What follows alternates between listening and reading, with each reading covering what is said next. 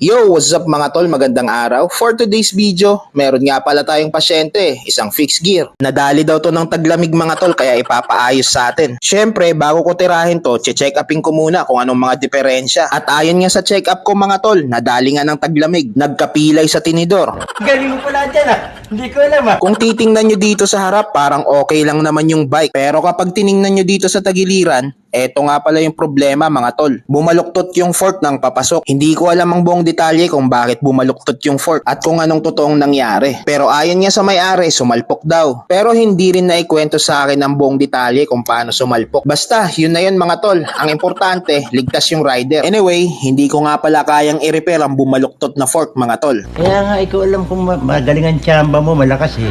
Antimano, para sa akin, upgrade na to. Kilala kong kaliskis mo, oy. Pero pag frame builder ang gagawa nito, katulad ni Sir Abe, kayang-kayang ibalik to. Lalo na't bakal ang material. At syempre, para guminhawa na yung pakiramdam ng may-ari, napagdesisyonan niya na i-upgrade na lang namin yung fork. At eto nga yung fork na ipapalit namin mga tol. Isang Tsunami aluminum fork. You're a goddamn genius.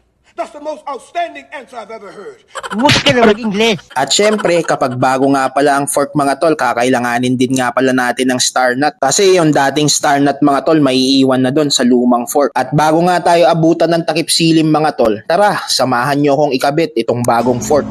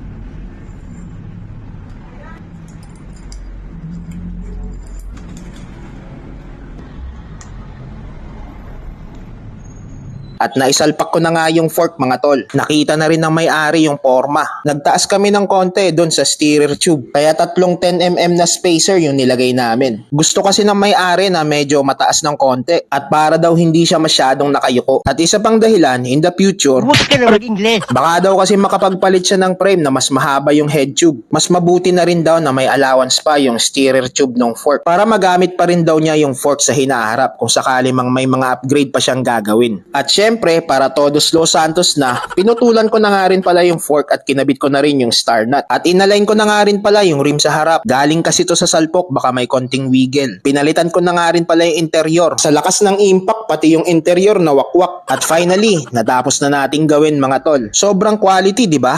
Lalong gumanda yung forma ng bike nung napalitan ng bladed fork. Kaya nga ikaw alam kung magaling ang tsamba mo, malakas eh.